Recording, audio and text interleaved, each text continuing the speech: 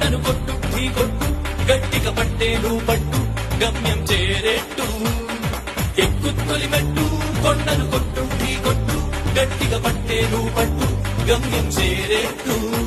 నువ్వు పలుగే చేపట్టు కొట్టు చెమటే చింతట్టు బండలు రెండుగా పగిలెట్టు తలబడు నరసింహ